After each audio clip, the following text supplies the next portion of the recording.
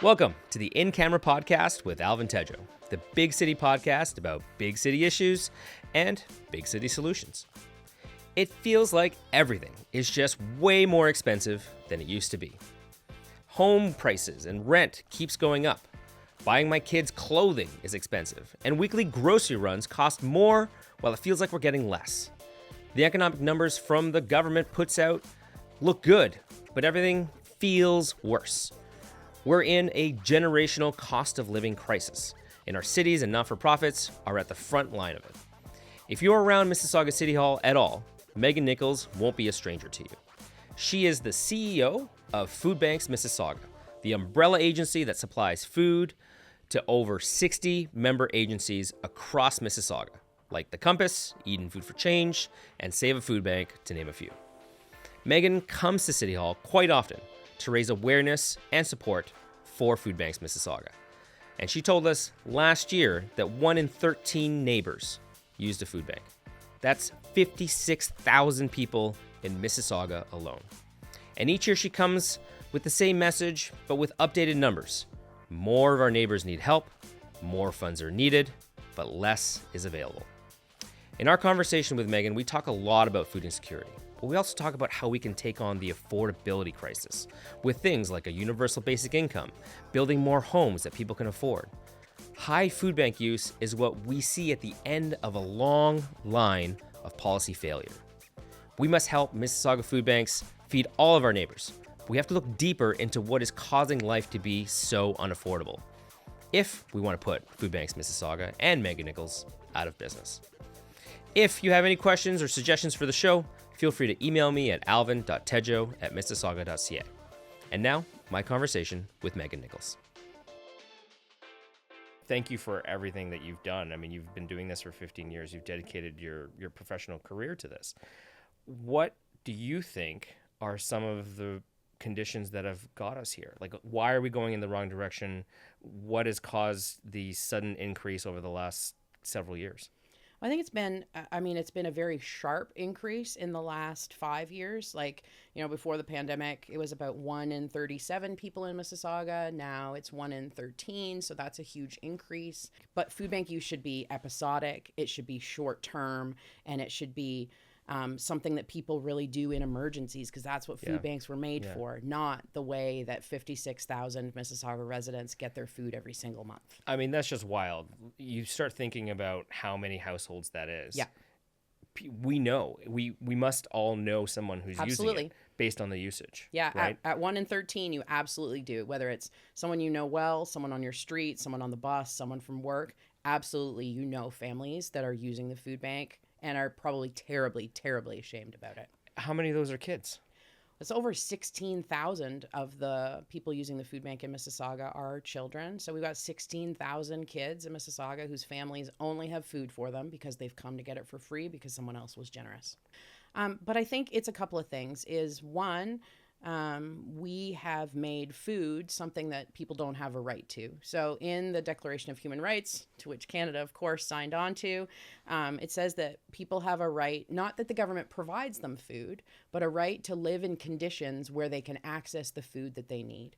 And so we've treated food like a commodity, something for people to make money on. And so as food companies, as the whole food industry, works in the capitalist system we live in, their job is to make more money.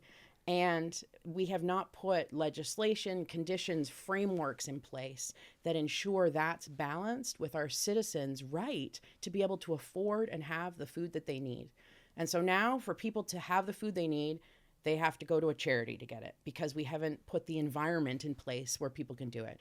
This is food. It's housing is the same thing. People have a right to housing. And when, the average Mississauga Food Bank client has an income of $17,000 a year and the average one-bedroom apartment costs $17,000 a year, we have a big problem. Yeah. So that just conditions aren't right for people to be able to afford all the things they need to live. One of the things we talk a lot about in the city and at the region, it's basically your hierarchy of needs, yes. right? And we have a housing first policy at the region because we know people need to be housed. Otherwise, they're going to be on the street. But then you need food, Yep. right? You need to be able to sustain yourself and your family. And so we keep talking about this sort of struggle and the programs that we have to support folks, and how we just don't have enough, right? And how the conditions over the last several years since the pandemic, I mean, we've had challenges because there's a lot of people here, Yep. right? We've had huge immigration challenges over the last couple of years, and obviously the federal government's starting to pull back on that.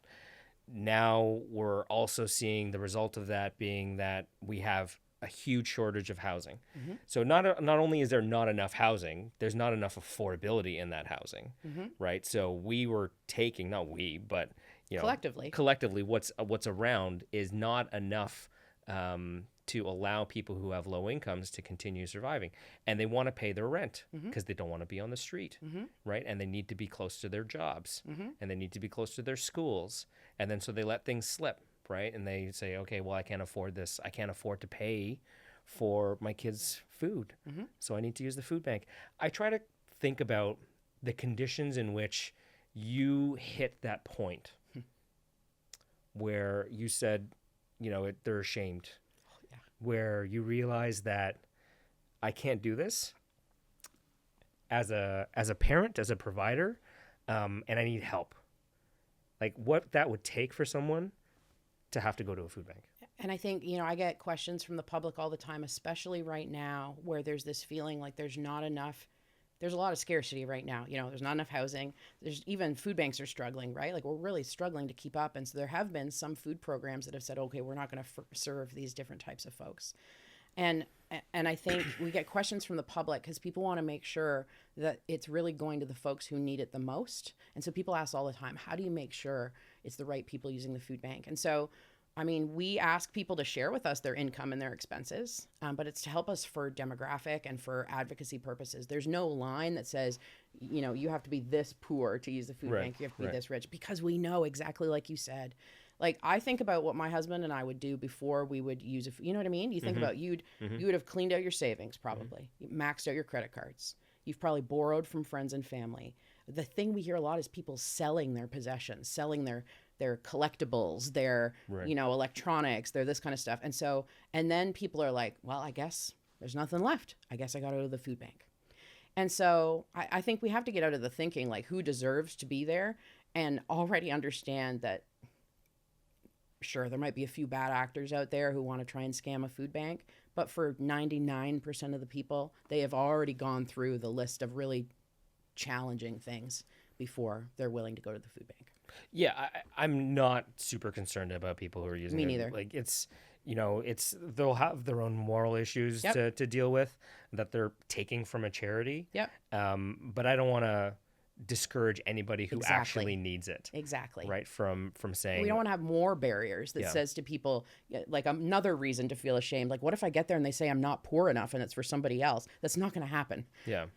So, this is all wrapped around the affordability crisis that 100%. We've got here in the city. And unfortunately, in Mississauga, we are one of the most unaffordable cities to live in the GTA. Our property taxes are one of the highest. Our housing prices are one of the highest. We've slowed down in terms of building.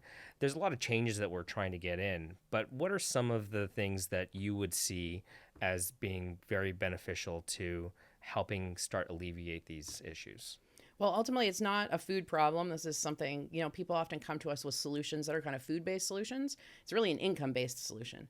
So what are the things we can do that increases the amount of money that people have to just pay for stuff? Yeah. And so, for us at the food bank, one of the biggest solutions, and this would be at the provincial level, is increasing social assistance rates.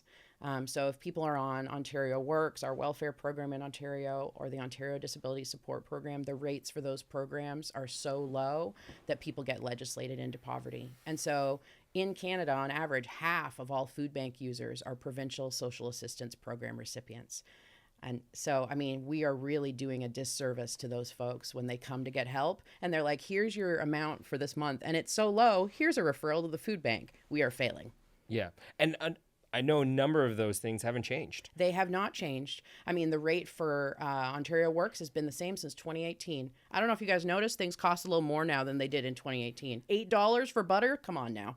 Yeah. No, and ODSP I think is not $1,300 a month. So the Ford government did link that one to inflation, but the amount is still far, far below the poverty line for people with disabilities because there's increased costs with a disability. Yeah. You've got medications, you've got assistant products you need to buy. You may need different toiletry kind of things. It's $3,000 a month is the poverty line for people with disabilities. And a single person in Ontario, the maximum they can get is $1,308 a month.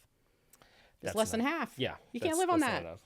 One of the things in a previous life before I was elected here, I was running for the Ontario Liberal Party leader. I advocated for a basic income, universal basic income. And I kind of got there in an interesting place because, my wife Rebecca and I, when we get home from work, we sit down, we chat about our days and things like that. And she likes to sort of complain about I'm always looking for solutions. Sometimes she just wants to vent, right? I am familiar with that particular conversation at home. She'll come home and like, this is what happened today. And the same person comes in. They call them frequent flyers. So my wife is an emergency room nurse. And so she worked at a number of hospitals around the GTA. And, they would have for these frequent flyers who would come in and they'd complain about it because they don't really need medical care, right? They needed a warm place to sleep. They needed a meal and a drink, right? Not an alcoholic drink. They needed like a glass of water. Exactly. Yeah, they need the things you need to stay alive. So they would talk about. I would be like, "What's the cost of that? Like, how much does that cost the system?" And she'd be like, "Well, we basically it's $1,000 to register someone and admit them into the hospital for a night, and then $7.50 for a sandwich and a juice."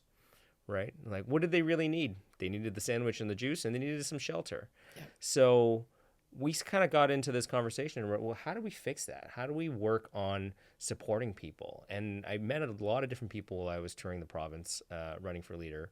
And I met these folks at UBI Works, Universal Basic Income Works, and they made this economic argument of that poverty costs us billions of dollars in other supports, right? So you think about the costs of healthcare and how people in poverty are using healthcare for other things. And then the cost of the social economic system, basically. There's an amazing article written by Malcolm Gladwell that talk about $1 Million Murray in the U.S. And this was a man who was in and out of jail. He had a parole officer. He had some mental health issues, but he wanted to work. He wanted to pick himself up. One day, unfortunately, he dies. And after he dies, at his funeral, his nurse comes, his social worker comes, his parole officer comes, because they all worked with this guy for years. And they knew him. They knew him personally, and they were all sad. And they sat down together, and they said, do you realize that we spent $1 million of public dollars to support him, and we failed? How else could we have done that better? You know what we could have done? We could have given him a basic income. Yeah. We could have given him the $1 million. We could have given him a basic income that let him get housing, that would let him pay for his own food, give him some dignity. He would get some training. He would get a job. He'd move out of the system, right? That's the ultimate goal. So, what I want to get to next is, in your opinion, is, we have a number of these programs that the provincial government introduces, the federal government introduces. The province announced $200 for every man, woman, and child, and that was kind of a temporary thing going on because of the affordability crisis right now. But he's only doing it once, and you could argue maybe he's doing it because there's an election coming up. You could. And then the Prime Minister does almost the same thing, although maybe not as well because it's $250, but it's income tested. So you kind of think, okay, that's good. Millionaires aren't going to get it. But then it seems like he's missing a whole bunch of other people who aren't on social assistance. Like people who don't work. That's right. Yeah. So, what do you think about these programs and how could we do them better? Well, if we mash up all the money we're giving people through 17 different programs. And so, first of all, let's remember people have to apply for these programs, not these new ones you've just mentioned, the kind of money that's just coming to everybody.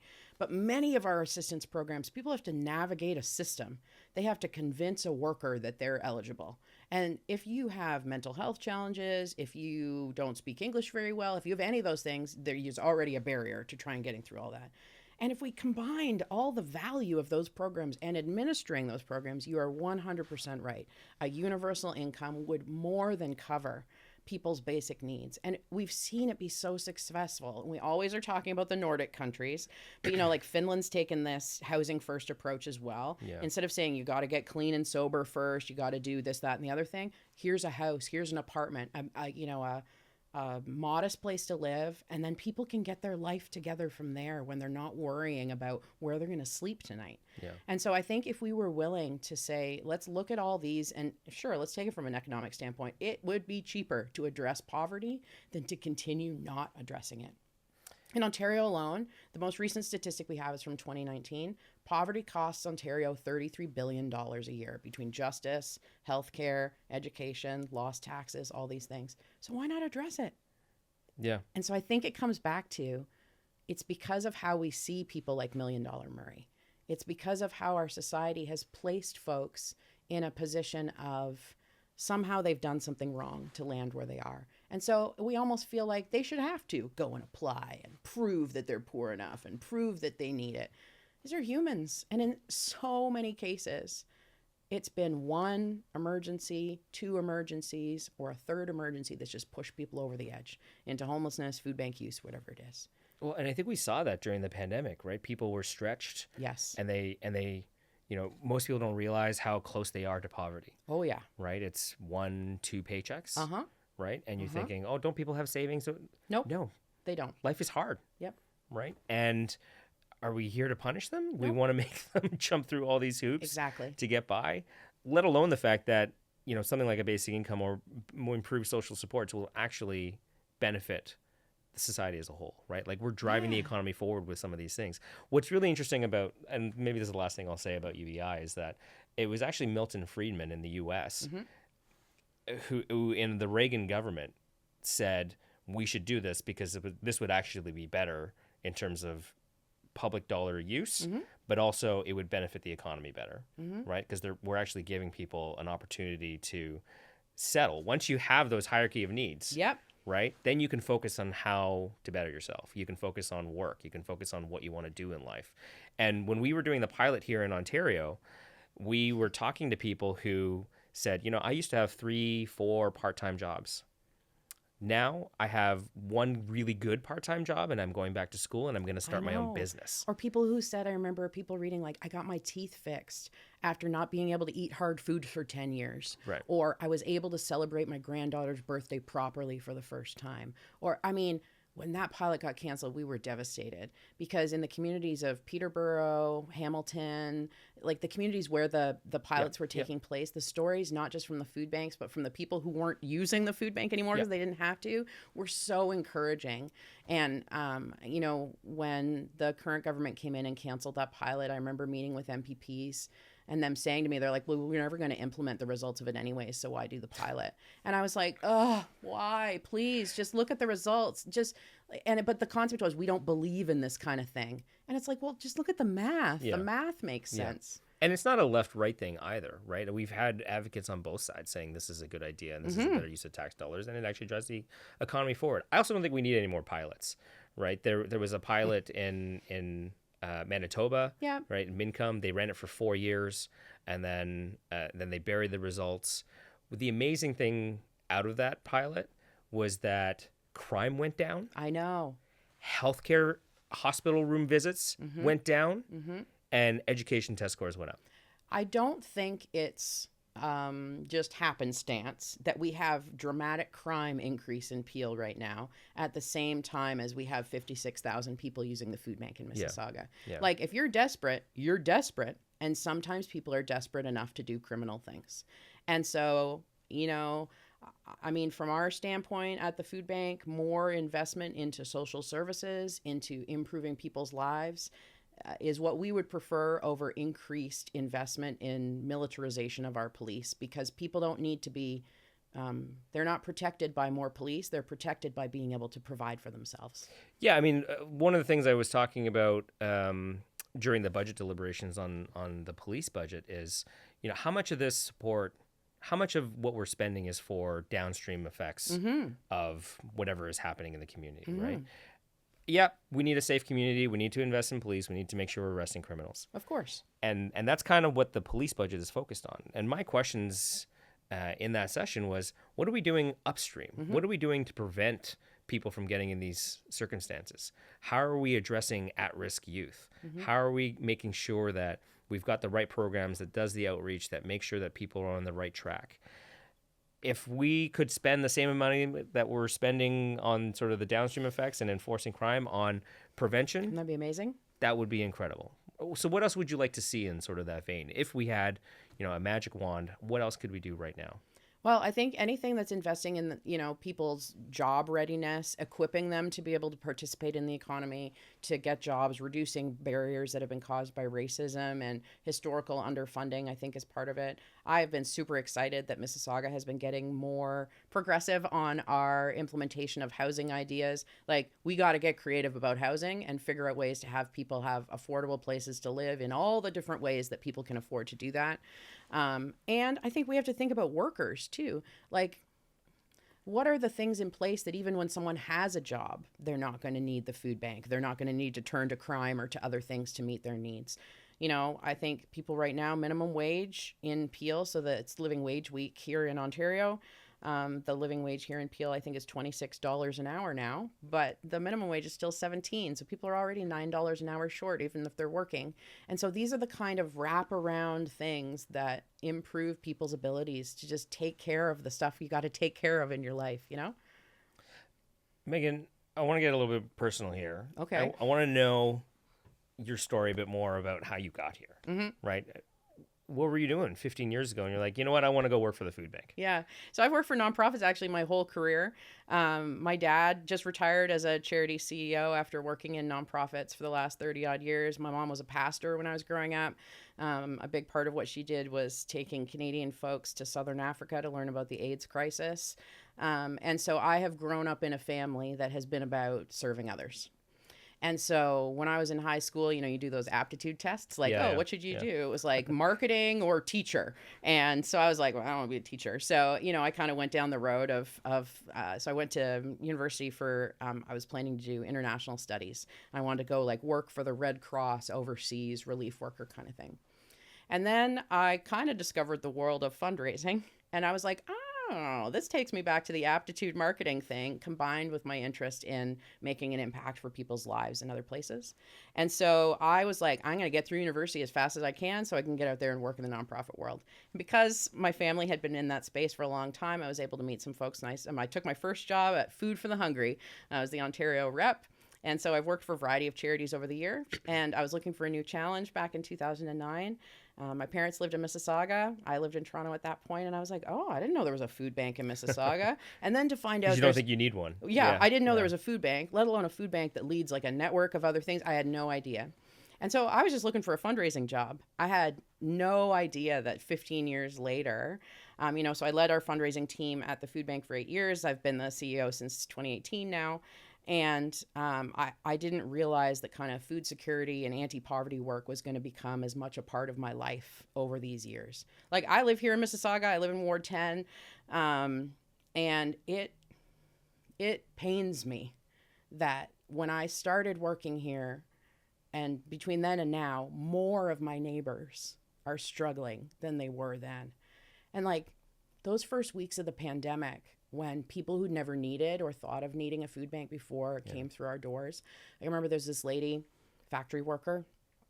She was in her probably early 60s, and she brought some knitting that she'd done. She was a knitter. And she's like, I need food, but I brought these. I hope you can give them to someone because I can't take something for nothing. And so, I mean, it's just like, these are real people in our community. Like, and we talk about it, someone it's probably people I know on my street too. And folks who've come to me over the years and said, I used the food bank when I was growing up or whatever. Like, this is pervasive. It's in our community. And so for me, like, the fight's not done. Seeing that there's more people that need the food bank now than ever, I'm more outspoken and more passionate about the changes that have to be made to mean that people need the food bank less and that fewer people need the food bank. And it is infuriating that there continue to be decisions made that profit people who are already wealthy and continue to drive people living in poverty further into poverty. And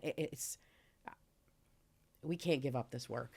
So I wonder where the disconnect is there, because This is one of the challenges that I face quite a bit, and in the messaging and the policies that we try to introduce, the motions I try to get done, is how do we better connect people understanding other people and their situations? Because, I find it that you look at the numbers. Obviously, you would know somebody who is using the food bank at this point, whether or not you're consciously aware of who it is on your street or who it is amongst your family. And I try to find ways to link all these pieces together because we're trying to build more housing, right? So then I tell people, I'm not trying to build a house for you. You have one, right? But you've got kids or you've got grandkids or you've got friends, you've got neighbors, and they need a place to live too, right? We're trying to build a healthy city, a healthy community, a healthy environment. How do you do that if you don't have a nurse who can then treat you because she can't afford or he can't afford to live in this community? How are you going to have teachers who don't have to commute 90 minutes to work here to teach your children? Where are your kids going to live? So I've been trying to find more ways to connect people and connect these stories. One of the things I saw at one of the food banks in Mississauga at the Compass is they have these large portraits. And there was one of those people who used the food bank who said, I can't do something for free. I don't want to just take and not give back, but I want to give back because you guys helped me so much. And he came out and he was a photographer and he's amazing. Yeah, they're beautiful portraits. And took these amazing portraits of real people who used the food bank on a regular basis or needed to use the food bank or then became volunteers. And then you have this continuum, the story of people who were involved. And I think that's just so great to sort of show that these are real people. And we need to find more ways to get those people's stories out there to sort of say, this isn't just, people who are worried that it's freeloaders. Well, and we have to overcome the narrative that people who are needing to use food banks or have become homeless have done something wrong. Right. So it's not and oftentimes, even if they did something wrong, it was by accident or it was circumstances beyond their control. But we have to stop thinking about, people as, what their failure was that caused them to land in these circumstances and look at what are the factors that outside of their control that we can influence that would have supported a person not having to make that choice or not falling into that place. And I think it comes from too, our media, right? If our media, if people are able to avoid stories that don't line up with what they already believe. And so if people aren't exposed to exactly this, the stories, the real life scenarios that people have been in, the bias that you have in your head, well, I did it this way and it worked out fine for me. Or, well, when I was able to move to Canada 25 years ago and I saved up for 5 years and bought a house, dude, your house cost $9. You know what I mean? You have to get out of these. And a pack of strawberries. Exactly, right? You have to get out of the thing just because it worked for you. It doesn't work for people now. And we have to be able to think of others and have empathy at a grander scale, a community scale. There's been some interesting discussion in the last little bit about this sort of generational wealth that exists. Not rich people giving money to their kids.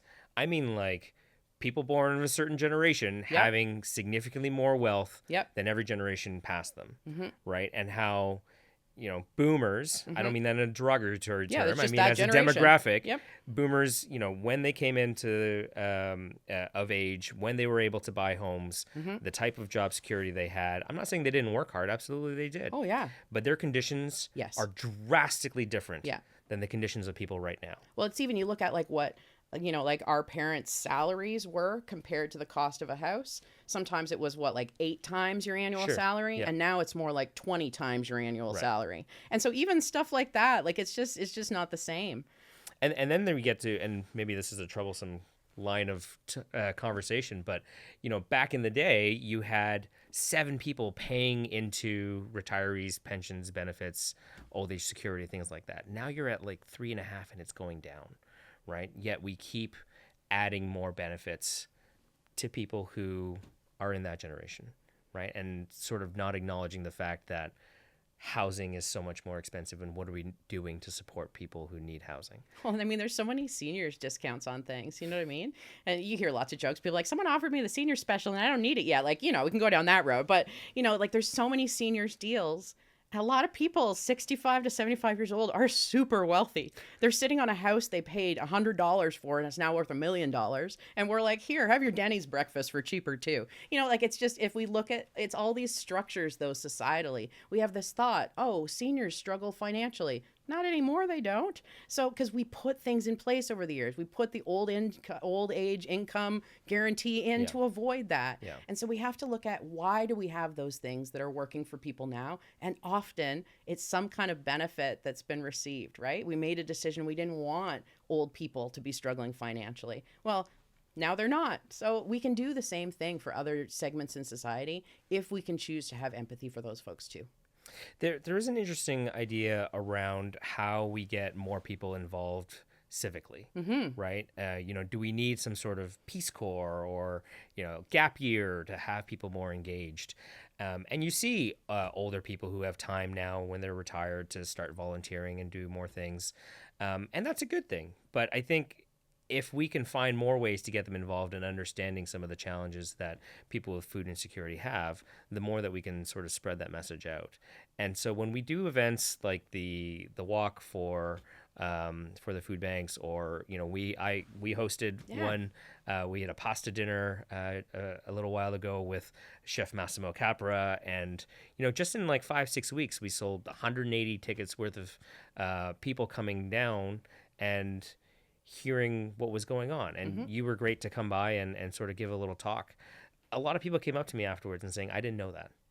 I'm going to go volunteer for the food bank. Which one should I go to? And I'm like, well, this is the food bank that's in this area, but if you live in this area, you can do that. You can go to the main warehouse.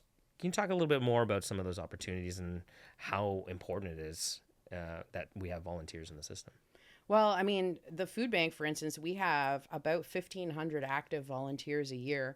We could never staff the work that the volunteers do.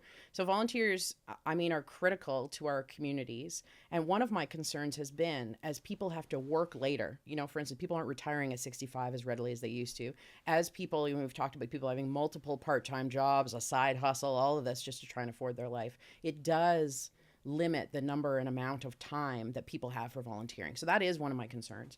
And so I think, but there's opportunities for people to get involved, on-site things from home. We have a team of volunteers that phone donors to say thank you. They don't phone to ask for anything, but they're just phoning, hey, I'm so-and-so from Food Banks Mississauga, just phoning to thank you for your recent donation. And so whether it's that or administration or on our board of directors or all those programs, like, people have to get involved in your community. This is what makes it work. And there's so many organizations, whether you care about kids' education, whether you care about seniors' loneliness, whether you care about pets, whatever it is, I guarantee there's an organization in our community that could use your support. That could use people to join the team. So there's some corporate leadership and there's some corporate opportunities for people even through their workplace to get involved. We had a local developer here wanting to do a volunteer sorting session at the food bank. They invited me in my office. We were happy to go. And like, if you're going to go, let's go. And we did some sorting. Has that gotten better or has it gotten worse over the years? Like, are corporations still getting as involved? I would say corporations are still as involved. So they make up about 25% of our funding, let's say. I think the interesting thing is that the corporate community hasn't stayed in touch with how big the problem is. Like, companies have done food drives and turkey drives and stuff like this for food partners, as long as food banks are around, since the early 80s. But what I call go away money. So it's like, if I keep asking a corporation for money and I can tell they're like, look, I'm just going to give this lady something so she'll stop asking me. The amount of go away money is the same amount it's been for 15 years. So I used to get $5,000 to go away. I still get $5,000 to go away. And I think it's the sense, like, has the corporate world understood the scale of the problem we're talking about here? Like, have they understood? We're talking about 1 in 13 people. Yeah. We have a significant poverty issue in the community. And so, but it's like you said, people the other night, they're like, I didn't know. And so how do we have the opportunity, whether it's with corporations, whether it's with the public, whether it's with the government bodies, to make sure people stay in step with, like, actually, no, this is a dire situation?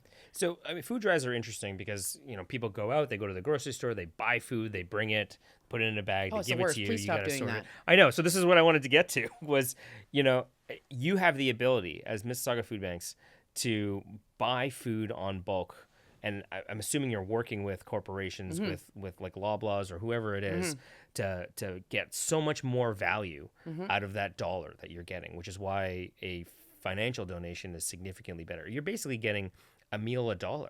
Yeah. So there's two reasons why giving us money is better. Well, maybe there's three. One is for you. It's way easier to just put some money in the internet than I used to like pack a bag of groceries, give it to my kids, take it to school. Exactly. So it's way easier logistically for everyone. Second, if you raise money or just take money and go buy stuff at the store, you're paying retail prices for it. Right. We pay wholesale prices. Now, we only buy about 6 or 7% of our food, but that's because we can find the rest of it donated up the supply chain. But your financial resources enable us to do it. So, for instance, we send trucks multiple times a week to farms across Ontario to pick up either purchased at crazy low prices or donated products. So, like, all our carrots have two, twisted legs like this. Our onions are too small. The apples are too big. They're what they call seconds. And so we go all over the place and get that stuff. But we got to put gas in our truck. I got to pay the driver. I got to buy the truck. And I got to set logistics software. We got to do all the liaising back and forth with the farmer. And the money enables us to do that. And so I don't want to say there's enough food out there to like solve the problem, because no matter how much food we have, people will still be living in poverty and need the food bank. Right. So it's like a temporary solve. But people's financial resources enable us to offset all that food that would go in the garbage too. So much of what we find is stuff that would just get either tilled under or put in the dumpster. And so we're doing this kind of dual purpose thing. We're helping the earth on the one front and connecting the food with people who need it on the other. Are there some farms, some grocery stores, like who are the good actors here? Who are the ones, like if I can help in any way by shopping at one grocery store over the other ones? Yeah, I mean, we work with all the grocery chains. Okay. That's good. So at a national level, our national association has relationships, and at the provincial level, we have relationships with metros at the Ontario level. And so we pick up the stuff that the stores can't or won't sell. They're supposed to put aside or put in the freezer for us, and we cycle through and pick that stuff up regularly. Also, when they have bins at the front of the store where people have bought stuff, have donated things, we pick those up regularly too. So all the grocery chains do their part. Walmart does a great initiative in the spring called Fight Hunger, Spark Change. They raise a bunch of money, and we get it from the stores in Mississauga. Loblaw does a few additional drives a year. But there certainly would be opportunities for those corporations to either lower their prices so that people could afford the food, or make more generous donations to the food banks at the top level so that food banks could do what we need to do. But I sometimes wonder, we're kind of in competition with each other. We have taken a lot of their customers who can no longer afford to go to their stores. And so I have sometimes... They could make groceries cheaper. Right? I have sometimes thought, like, is there a win-win here? Is there some kind of scenario where we help you with your goals and we also win? We haven't quite found what that is yet with our grocery friends. Just as we're wrapping up, I kind of want to get your, we've kind of gone up and down here. I've struggled to sort of find a way to communicate, the biggest challenges that people are having nowadays and how we can make them relatable. And the challenge also at times seems overwhelming, right? No kidding. You and I are sitting in a position right now where we can do what we can do and we're doing as much as we can. Yep. But sometimes it feels a little hopeless, or that it's such a huge challenge, where kind of it's like, where do we start? I think we need to keep doing what we're doing. We need to keep trying to get that message out. But what gives you hope that we're on the right track, or that we can get out of this? Because as we were talking about in the beginning, we're going in the wrong direction. Yeah. I'm going to be honest. I don't have a lot of hope these days on it. It's pretty dark. The thing that does keep me going is knowing that even if grand scale, there's more people and there's the struggle is greater on an individual level. The people who are alleviated from that worry of not having food for their kids, alleviated from worrying that they don't have food in their house, are able to get through that day and are able to get on to, what they need to do. And it's one less worry. It's made a difference for them. And that's the thing I keep coming back to. Those 56,000 individuals who came through the doors of one of our food banks last year, things were made easier for them, even if it was temporary. And so for me, it's about harm reduction these days. And people are being harmed by poverty. They're being harmed physically and mentally and socially by not having access to what they need. And so what the food bank does is reduces the harm of being in poverty. It means you're not going to, I can't believe I'm about to say this, you're not going to get scurvy like we've been seeing in the media where people are getting scurvy because they're not eating enough fruits and vegetables because they can't afford them, because the food bank has alleviated the harm of being poor for you for that week that we're there. And I mean, and I do see, you know, like my niece and nephew are 15 and 16 and folks your kids' age, that they're saying, we're not going to stand for this. And that does give me a glimmer that there is a generation that's emerging that's saying, no, I'm seeing people struggle. They've grown up hearing about it. You know, they've grown up having a more blatant understanding, I think, of poverty in the community. And they're like, no, we're not going to stand for this. And so I do have, I guess there is some hope there that, you know, the next generation of folks is going to fight harder and is going to not stand for perhaps some of the things that we've been willing to tolerate for our neighbors. Well, when you're starving, when you're hungry, you know, you can't think about anything else. Yeah, you can't. You're thinking an hour ahead or a day ahead. You're not thinking about down the road. And so maybe one of the good things with your, let's call it success in being able to feed people, despite the need being a huge challenge, is that if we can collectively get people to that point where they're not worried about, well, they are going to be worried, but they can actually get food. Yep. Then we can start thinking about how to fix the systemic problems. So, Meghan, I will always be there with you to fight with you. Really happy you could come here today and have this conversation. I think we want to drive anybody to MississaugaFoodBanks.ca. Yeah, foodbanksmississauga.ca. We rebranded last year because we represent multiple food banks. We added the S there. Yeah, foodbanksmississauga.ca. You can find us on all the socials too. Support, donate, volunteer, come to events, learn about what's going on, share those stories. Thank you for all the work that you do. Thank you. And that's our episode for today. Many thanks to Meghan Nicholls, the CEO of Food Banks Mississauga. Lots of work to be done. Please, please, please go share, go visit, go donate. foodbanksmississauga.ca. Like and subscribe to their content as well so that we can share their message and get more support for the food banks here in Mississauga. Please like, subscribe, and share our podcast, the In Camera Podcast here. I'm your host, Alvin Tedjo. Please let me know any of your thoughts, concerns, questions that you might have, ideas for other episodes. Visit alvintedjo.ca. We'll see you next time.